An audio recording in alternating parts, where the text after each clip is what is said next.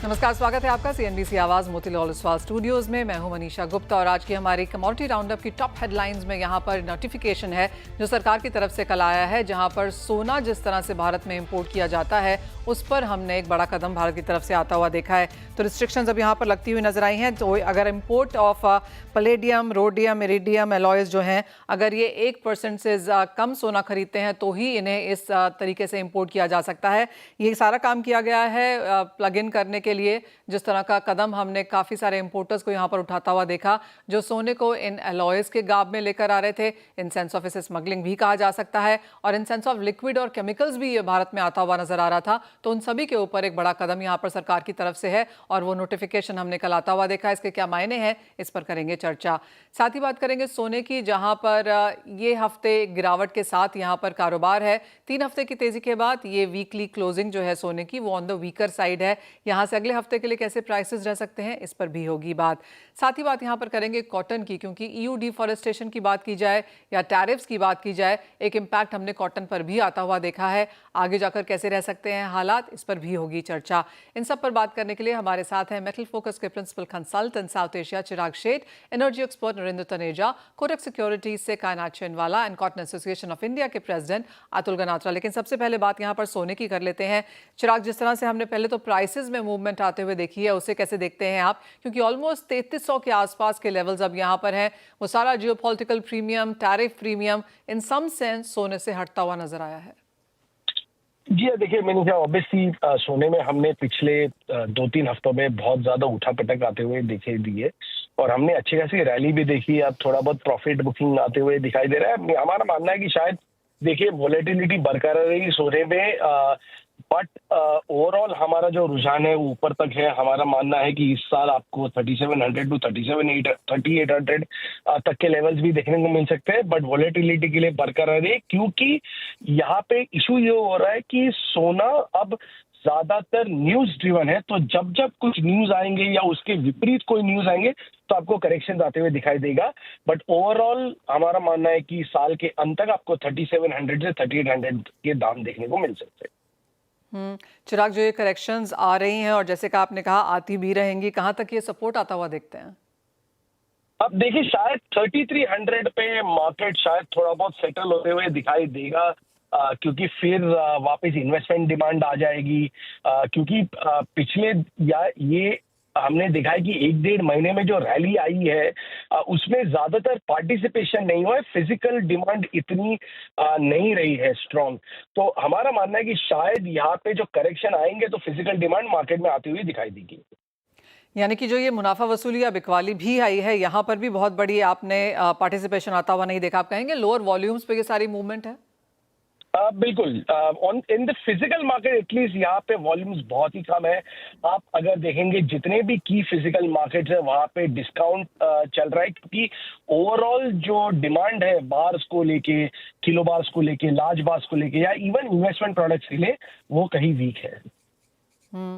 चिराग, हमारी कई बार इस पे बात होती भी रही है और फाइनली हमने गवर्नमेंट की तरफ से वो नोटिफिकेशन आता हुआ देखा, जहां पर गोल्ड इंपोर्ट्स पे रिस्ट्रिक्शन आई हैं, चाहे वो एलॉयज के फॉर्म में आ रहा था या केमिकल या लिक्विड के फॉर्म में।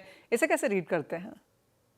देखिए, एक्चुअली जैसे आपने कहा कि ये एक बहुत बड़ा लूपहोल था। जब गवर्नमेंट ने ओरिजिनली जब ये सारे एफटीएस साइन किए थे तब ड्यूटी स्ट्रक्चर कुछ अलग था और आज ओवर द पीरियड ड्यूटीज बढ़ गई है। काफी चीजों में इन्वर्टेड ड्यूटी स्ट्रक्चर हो गई, यानी उस प्रोडक्ट को लेके आना वाज मच मोर प्रॉफिटेबल, जबकि रिफाइंड को लेके आना वाज एक्सपेंसिव। तो ये होता था, जैसे हमने पीटी एलॉयज में देखा, पीडी एलॉयज में देखा या अभी गोल्ड क्लोराइड में देखा, इंपोर्ट्स आते थे, उनको फिर रिफाइन किया जाता था और हायर ड्यूटी पे सोना बेचा जाता था। इसका 2-3 एक नेगेटिव इंपैक्ट होता था मार्केट में। एक है कि आपने देखा कि पिछले हफ्ते तक मार्केट $35 डिस्काउंट में था, तो जो प्लेयर्स जेन्युइन रिफाइंड इंपोर्ट कर रही है, डोरी इंपोर्ट कर रहे हैं, उनको कोई फायदा नहीं हो रहा है, वो आउट ऑफ बिजनेस जा रहे हैं। दूसरी, रिफाइनरीज भी ऑपरेट नहीं कर पा रही थी तो उनको कॉस्ट बेयर करना पड़ रहा था, क्योंकि रिफाइनरी ऑपरेट करने का एक high level of fix cost होता है। और इवन डोरे में जो ड्यूटी डिफरेंशियल है उसके बावजूद रिफाइनरीज को प्रॉफिटेबल नहीं था। तो मैं कहूंगा कि ये एक बहुत ही अच्छा स्टेप है। जैसे आप पिछले महीने के डेटा में आप देखेंगे 46% गोल्ड क्लोराइड आया हुआ है, जबकि नॉर्मली हम देखते हैं कि रिफाइंड गोल्ड होता है 60-70% और बाकी डोरे आता है। तो यहाँ पे जो अदर फॉर्म्स ऑफ गोल्ड है वो कहाँ बढ़ गए थे। अब ये नोटिफिकेशन मनीषा एक जो फ्लिप साइड वो है कि जो जेन्युइन प्लेयर्स थे पीटी एलॉयज के या सॉल्यूशंस के, उनको थोड़ा बहुत दिक्कत होगा क्योंकि इन सबको रेस्ट्रिक्टेड कैटेगरी में डाल दिया है। तब सबको लाइसेंसेस के लिए अप्लाई करना पड़ेगा। तो शायद 1-2 महीने का हम प्लैटिनम, पलेडियम और सॉल्यूशन मार्केट में थोड़ा बहुत डिस्ट्रप्शन आते हुए जरूर देख सकते हैं, बट फिर शायद मार्केट में नॉर्मल सी आ जाएगी। चिराग, जो प्लैटिनम पलेडियम, क्योंकि आपने इसकी बात की ही है, तो कितना इंडिया इंपोर्ट करता है as of now per annum के हिसाब से, और कितना इसमें से ज्वेलरी में इनटेक है? देखिए, ऑन एन एवरेज मैं कहूंगा कहीं भी 18 से 25 tonne India platinum palladium import करता है। मोस्टली जो प्लैटिनम है ज्यादातर इंडस्ट्रियल में जाता है, जैसे ऑटो कैटलिस्ट है, फार्मा है। हालांकि जो इंडियन प्लैटिनम ज्वेलरी मार्केट है वो पिछले 5-6 साल में बहुत ही स्ट्रांग ग्रोथ दिखा रही है, क्योंकि एक सर्टन सेक्शन ऑफ कंज्यूमर्स है, specially the young consumers, male consumers platinum की तरफ मूव हो रहे हैं। हमारा मानना है कि अगले 5 से 7 साल में इंडियन प्लैटिनम मार्केट जो फिलहाल 5 से 6 टन के बीच में वो डबल हो जाएगा। चिराग, बहुत शुक्रिया साथ जोड़ने के लिए, गोल्ड प्राइसेस पे बात करने के लिए, और ऑफ कोर्स गवर्नमेंट का नोटिफिकेशन का इम्पैक्ट भी समझाने के लिए। और जैसे आपने कहा, प्लैटिनम ऑफ कोर्स एक ग्रोइंग मार्केट है। एज ऑफ नाउ 5 से 6 टन का बाजार है, लेकिन आगे जाकर यहाँ पर मार्केट्स और भी बढ़ती हुई नजर आ सकती है। वेल, ये तो बात हुई सोने की, प्लैटिनम की, लेकिन आगे बढ़ेंगे और एक नज़र यहाँ पर कच्चे तेल पर डाल लेते हैं, जहाँ पर इस हफ्ते हम यहाँ पर, ये तीसरा ऐसा हफ्ता है बाय द वे जहाँ पर तेजी के साथ कारोबार है। हमारे साथ नरेंद्र तनेजा जी जुड़ चुके हैं। नरेंद्र जी, नमस्कार। क्लियरली वॉलेटाइल मार्केट्स हैं, डिफरेंट काइंड ऑफ स्टेटमेंट्स हैं, एक इम्पैक्ट यहाँ पर क्रूड पर है। आपको करंट प्राइसेस पे क्या लगता है, कितना war premium as of now prices में बेक्ड इन है? नहीं, अगर आप आज की कीमत देखते हैं तो मुझे तो उसमें $10 का तो प्रीमियम बड़ी आसानी से दिख रहा है। जियो पॉलिटिकल प्रीमियम है $10, क्योंकि जो तेल का बाजार है वो बहुत चिंतित है, उसको समझ में नहीं आ रहा। लेकिन दूसरी तरफ जो है वो ये भी साथ में ऑप्टिमिज्म एक बनाने की कोशिश कर रहा है कि बहुत ज्यादा घबराने की बात नहीं है। खासतौर से जो बड़े ट्रेडर्स हैं और जो बड़े फंड्स हैं, और इसके अलावा ये सब तो थोड़ा कोशिश कर रहे हैं। लेकिन हकीकत ये है कि कल क्या होगा तेल की कीमत के हिसाब से, या कल क्या अमेरिका जो है इजराइल के साथ युद्ध में शामिल हो जाएगा, क्या ईरान रिटेलिएट करेगा तो वो ऑयल एंड गैस इंस्टॉलेशंस जो हैं जिसमें अमेरिकन इंटरेस्ट हैं या वेस्टर्न इंटरेस्ट हैं उनको टारगेट करेगा, या मिलिट्री को टारगेट करेगा, या स्टेट ऑफ हॉर्मुज को वो ब्लॉक करेगा, उसको माइन कर देगा। इसके बारे में कोई पता नहीं हो। ये जो फैसला वाले लेने वाले लोग हैं ये तेल के बारे में बहुत ज्यादा समझ नहीं रखते हैं। हाँ, अमरीकी राष्ट्रपति इतना जरूर है कि उनकी कोशिश है कि तेल की कीमत $60 पर बैरल से ऊपर नहीं होनी चाहिए। वो बड़ा दबाव डाल रहा है उन्होंने सऊदी अरब पे की कीमत को कम करिए, और कीमत नीचे जा रही थी। भारत के लिए बड़ी अच्छी खबर थी। लेकिन अब उनके ऊपर बहुत प्रेशर है कि आप जो ईरान के खिलाफ एक्शन लीजिए और अब ये जो इजराइल का जो युद्ध है उसमें शामिल हो जाइए। तो अभी आज की तारीख में कहना मुश्किल है। इतना जरूर है, दिख रहा है कि वो बहुत ही ध्यान से चल रहे हैं। वो नहीं चाहते, उनको पता है अगर उस युद्ध में शामिल होते हैं उसके परिणाम तेल जगत के लिए, गैस जगत के लिए और जियोपॉलिटिक्स के लिए क्या होने वाले हैं, वो सबको पता है। लेकिन अभी तक तो ऐसा लगता है कि वो थोड़ा हिचक रहे हैं। लेकिन हालात कल को जियोपॉलिटिक्स कहाँ ले जाती है, क्या कोई विकल्प नहीं होता, क्योंकि उनके लिए अट्रैक्शन ये, उनको लगता है कि शायद उसके वो बड़ा नजदीक है कि वो ईरान जो है उसको हरा सकते हैं और ईरान में जो है सत्ता परिवर्तन कर सकते हैं, वहां डिफरेंट तरीके की रिजीम ला सकते हैं। वो एक बड़ा अट्रैक्शन इसराइल को दिख रहा है और कहीं ना कहीं अमेरिका को भी दिख रहा है। तो इसलिए बड़ा कहना मुश्किल है कल क्या होगा। तेल का जो बाजार है वो इसको लेके फिंगर क्रॉस वाली सिचुएशन में है। लेकिन इतना जरूर है कि काफी लोगों ने मानना शुरू कर दिया है कि अगर अगर कुछ भी कदम होता है, अगर इजराइल अकेला भी आगे बढ़ता है इस दिशा में, तो तेल की कीमत $90 पर बैरल जा सकती है। अर्थात जो प्रीमियम है वो प्रीमियम जो है वो बढ़ करके जो है वो करीब $25 $20 पर बैरल पे आ सकता है, जो जियोपॉलिटिकल प्रीमियम है। ये तो आपने वर्स्ट केस सिनेरियो वाला बताया, और क्या इम्पैक्ट रह सकता है अगर कोई एक छोटा सा चांस है कि ये सब नहीं होता है, डी एस्केलेशन होता है, तो फिर कहाँ देखते हैं crude prices? Manisha, D escalation जो है वो, आई सैल्यूट योर ऑप्टिमिज्म एंड, लेकिन ये कि अभी डी एस्केलेशन हो सकता है अमेरिका इसमें शामिल ना हो, लेकिन इजराइल बहुत आगे बढ़ चुका है और इजराइल को कहीं, और ईरान कमजोर नजर आ रहा है। ऐसे हालत में चूंकि ईरान कमजोर नजर आ रहा है और दूसरी तरफ ईरान ने वहां पे अस्पताल जैसे ठिकाने पे भी हमला कर दिया है, तो इसलिए जो है डी एस्केलेशन होता नजर नहीं आता, और कोई दुनिया में और ऐसी ताकत नहीं है जो इजराइल के ऊपर दबाव डाल सके, जो दबाव डाल सकती है, वो ये दबाव तो ये तो कर सकते हैं वो युद्ध में शामिल ना हो। क्या वो नेतन्याहू या इजराइल को ये कर पाएंगे कि आप हट जाओ, युद्ध को खत्म कर दो नेगोशिएटिंग टेबल पे? ऐसा कम से कम, मैंने मिडिल ईस्ट में जाता रहता हूँ, उस इलाके को इतनी अच्छी तरह जानता हूँ जितना भारत को जानता हूँ। इतनी आसानी से होता नजर नहीं आता। और दूसरी तरफ ईरान जो सभ्यता है, ईरान बड़ा प्राउड कंट्री है। उनका अमेरिकी राष्ट्रपति का कहना, आप सरेंडर कर दो, हार मान जाओ, वो मिट जाएंगे, हार नहीं मानेंगे। तो जब इस ऐसे हालात को आप देखते हैं, और दूसरी तरफ उनको इस बात की परवाह नहीं तेल की कीमत कहाँ जाती है। कोई ईरान कोई बहुत बड़ा एक्सपोर्टर तो है नहीं तेल का, बहुत लिमिटेड एक्सपोर्ट कर पाते हैं। 1.5 मिलियन बैरल्स पर डे से 1.8 मिलियन पर डॉलर बैरल्स पर डे, वो मेनली चाइना को जाता है। तो अगर ईरान का तेल बाजार में नहीं आता तो बाजार में तेल की कमी हो जाएगी लगभग 1.5 मिलियन बैरल्स की, जो बाजार डील कर सकता है क्योंकि सप्लाई साइड में कोई कंसर्न नहीं है। तो लेकिन मुझे लगता है कि जो डी एस्केलेशन आज की तारीख में, Manisha don't mind, I am not able to share your optimism. आज की तारीख, कल क्या होगा मुझे पता नहीं, आई लेकिन गेट आज योर तो नहीं पॉइंट कि लगता। अभी कोई एग्जिट स्ट्रैटेजी नहीं नजर आ रही है, जिस तरह की दोनों की स्टेटमेंट्स वहां पर आती हुई नजर आ रही है।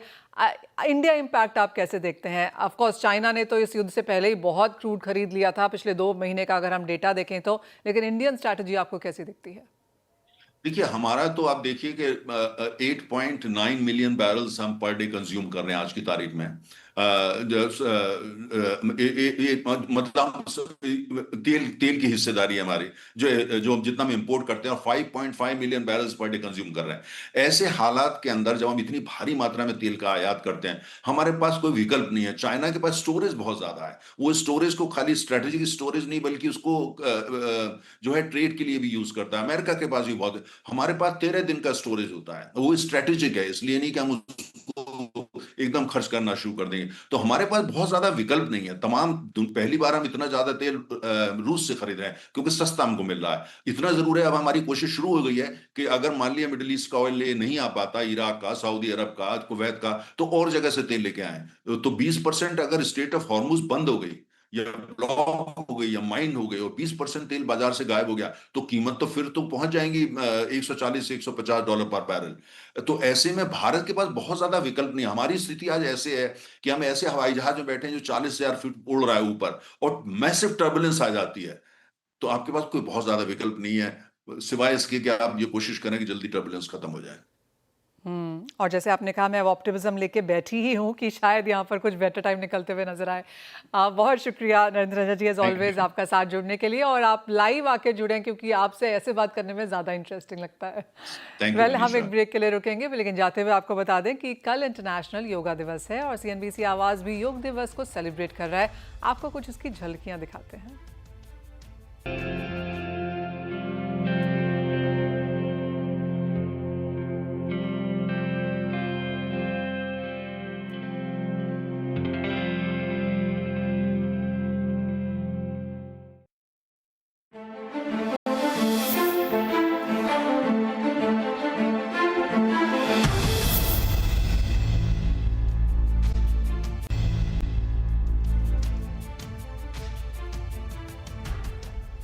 नमस्कार, स्वागत है आपका। कोटक सिक्योरिटीज की AVP कायनात चेनवाला अब हमारे साथ शो में है। कायनात नमस्कार। और सबसे पहले गोल्ड पे ही एक सेंस लेना चाहेंगे क्योंकि अपने ऑल टाइम हाई से दूर जाता जा रहा है, और जैसे मेटल फोकस के चिराग कह रहे थे कि वापस से ऑल टाइम हाइज बनाएगा, एंड परहैप्स 37-3800 इसी साल में हम आता हुआ देखेंगे। एक नियर टर्म स्ट्रैटेजी, और बाय दिस ईयर एंड आपको क्या लगता है गोल्ड कहाँ जा रहा है? Morning Manisha, thank you for having me. देखिए, गोल्ड के केस में हमने हमेशा देखा है, जैसे लास्ट टाइम भी हमारा डिस्कशन हुआ था, कि अनसर्टेनिटी रिमेन्स अ ट्रिगर। और आप चाहे जियोपॉलिटिकल टेंशंस देखें या पॉलिसी साइड पे कंसर्न्स देखें, अनसर्टेनिटी अभी भी बनी हुई है। So definitely there is a very high chance कि हम आगे जाके गोल्ड में एक न्यू हाई बनता हुआ देखेंगे। फिलहाल अगर आप देखें कि फेड का जो रिसेंट पुल बैक आया है प्राइसेस में, वो इस वजह से कि थोड़ा सा एक मार्केट को एक छोटा सा रिलीफ मिला है from the middle east concerns, जहाँ पे हम देख रहे हैं कि यूएस ने कहा है कि they will take 2 weeks to decide कि उनको यूएस इसराइल और ईरान के कॉन्फ्लिक्ट में इन्वॉल्व होना है या नहीं, या कैसे होना है। एंड सेकेंड पॉइंट ये है कि एक ये कंसर्न है। दूसरा, हमने देखा कि फेड की जो मीटिंग हुई थी इस बार, जो FOMC के समरी ऑफ इकोनॉमिक प्रोजेक्शंस जो आए, डॉट प्लॉट जो आया है, उसमें इंडिकेट हुआ है कि सिर्फ 2 रेट कट्स अभी वो एक्सपेक्ट करके चल रहे हैं for this year. And even economic outlook भी इतना ज्यादा पॉजिटिव नहीं है। एंड जैसे कि फेड ने बहुत टाइम से मेंटेन किया है कि inflation remains a major concern for them, उन्होंने उसी चीज़ पे हाईलाइट किया है। एंड अगर अभी की कंसर्न, अगर अभी की सिचुएशन की हम बात करें, तो पहले से ऑलरेडी टैरिफ की वजह से इन्फ्लेशन कंसर्न्स बने हुए थे। अभी जो क्रूड में रैली आई है और जो क्रूड में अनसर्टेनिटी बना हुआ है, उसके वजह से भी हमें एक इन्फ्लेशनरी कंसर्न्स बढ़ते हुए दिख रहे हैं, जिसके वजह से फेड काफी अभी थोड़े वक्त तक हमें लग रहा है कि वेट एंड वॉच स्टांस में ही रहे। जो रेट कट्स है वो और थोड़े डीले हो सकते हैं। सो ये सारे फैक्टर्स हैं जो पुल बैक लीड कर रहे हैं इन गोल्ड। बट आगे जाते वक्त हम ये देख रहे हैं कि क्योंकि ये ओवरऑल एक जो अगर आप सेंट्रल बैंक बाइंग देखें, आप रिजर्व साइड पे देखें, central banks are very this thing कि वो होल्ड करेंगे अभी रिजर्व्स को, और इनफैक्ट गोल्ड रिजर्व्स बढ़ाने वाले हैं। हमने ईसीबी की भी एक रिपोर्ट देखी जहाँ पे उन्होंने कहा कि ग्लोबल सेंट्रल बैंक्स का जो अभी जो सेकंड बिगेस्ट रिजर्व है दैट इज इन गोल्ड। सो एक सेंट्रल बैंक की तरफ से तो सपोर्ट बना हुआ है, मैक्रो इकोनॉमिक अनसर्टेनिटी भी बनी हुई है। ये सारी चीजें हैं जो गोल्ड को आगे जाके एक हायर लेवल्स पे पुश कर सकती है, बिकॉज अभी ट्रेड कंसर्न्स भी है। एंड प्रॉब्ली हम देखेंगे शायद in the last quarter of this year rate cuts शायद फेड स्टार्ट कर दे, तो वहां से भी हमें लगता है कि गोल्ड को सपोर्ट मिलेगा। तो ओवरऑल मुझे ये लग रहा है कि जो ट्रेड टैरिफ कंसर्न्स है, जो पॉलिटिकल अनसर्टेनिटी है, ये आगे जाके भी गोल्ड के लिए एक थोड़ा न्यू हाई के लिए डेफिनेटली एक बेस सेट कर रही है। Alright, that is good to know. Very quickly, आपको क्रूड में अब क्या लगता है, क्योंकि वीकली गेन की तरफ हम जा रहे हैं, लेकिन आज ऑफ कोर्स कुछ मुनाफा वसूली है। क्रूड में जैसे नरेंद्र सर ने कहा कि डी एस्केलेशन तो उनको नहीं लग रहा है। एंड एस्केलेशन और D escalation, I think the main point remains कि स्ट्रेट ऑफ हॉर्मुज में क्या होता है। क्योंकि ईरान अगर आप एज अ कंट्री देखें, इट प्रोड्यूसेस अराउंड 3.5 एंड उसमें से 1.5 to 2 मिलियन बैरल्स वो एक्सपोर्ट करते हैं। सो ओवरऑल, एंड अगर ओपेक की स्पेयर कैपेसिटी की भी हम बात करें तो इट वेरी वेल कवर्स वो पूरा जो ईरान का जो भी मिस्ड आउटपुट है वो इजीली कवर कर सकते हैं। तो कंसर्न वो नहीं है, बट कंसर्न ये है कि स्ट्रेट ऑफ हॉर्मुज पे क्या इम्पैक्ट होता है आगे जाकर। अगर ज्यादा एस्केलेट होता है टेंशंस, देन डेफिनेटली वील सी कि probably Iran might use straight of Hormuz और उसको ब्लॉक करेंगे, एंड जिसकी वजह से जो 20% सप्लाई है, ग्लोबल क्रूड सप्लाई, वो ब्लॉक हो सकता है। एंड उसकी वजह से हमें डेफिनेटली एक तेजी देखने को मिल सकती है, $10-15 फ्रॉम योर इजीली, क्योंकि वो एक बहुत बड़ा डिस्ट्रप्शन होगा सप्लाईज में। बट इन केस अगर डिएस्केलेशन हो जाता है, या तो फिर डिएस्केलेशन नहीं तो भी अगर लिमिटेड एक छोटा सा अगर कॉन्फ्लिक्ट इनके बीच में चलता है, अनसर्टेनिटी बनी रहती है, तो आई थिंक ये $60 to $70 के रेंज में ही क्रूड प्ले आउट करेगा इन द न्यू टर्म।